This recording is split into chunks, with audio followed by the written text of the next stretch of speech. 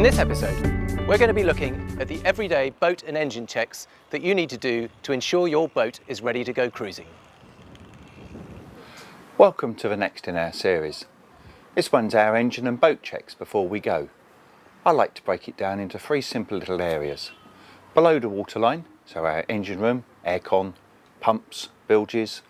Above the waterline, but inside the boat, hatches, cushions, all the things we need to prepare. And the exterior, so shore power lines, anchors, life rafts. Just making sure it's all prepped for a great trip.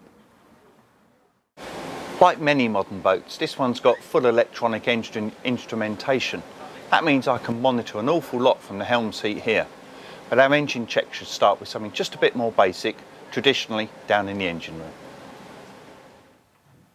My basic engine checks start with a little acronym of WOBBLE, which for me is water, oil, belts, batteries, good look round, and when we start up, look at the exhausts. That covers everything except the fuel, and we'll look at that a little later. Starting with water then, we're going to check the seawater strainers to make sure that we've got no debris and the water coming in is beautifully filtered. Make sure the seacock is on, and then we'll look at the coolant, the second W that's in the engine itself.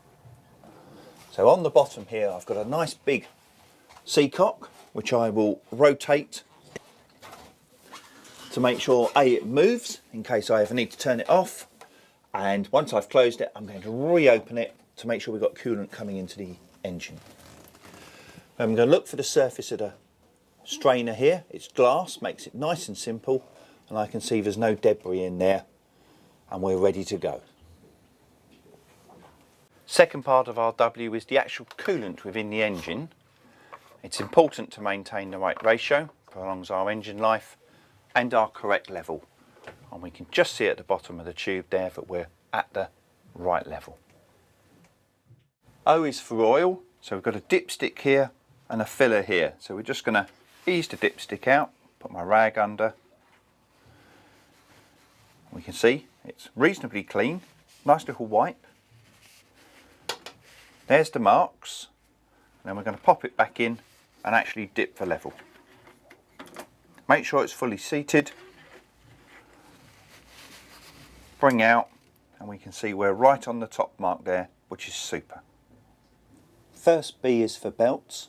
Tucked away on the front of the engine, we're looking for the correct tension and not excessive dust.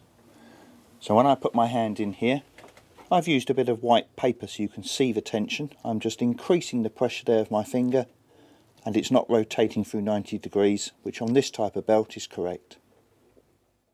I said there was a little F on the end of WOBBLE for fuel. Here we've got beautifully clear fuel filters, no excessive dirt, no water at the bottom, and these have also got sensors on them so it would show on the dash if we suddenly had a fuel issue with water.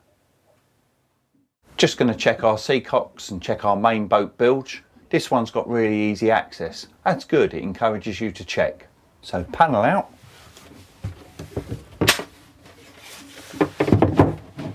There's our seacock, nice and easy access. And to the left is our bilge, nice and clean. Same with the portholes, just work your way round, check that they're all secure. All that's left now is turn the batteries on and we can start the engines. This boat's got digital readout so I can see how many amps and volts we've got as well. So port and starboard, ready to start.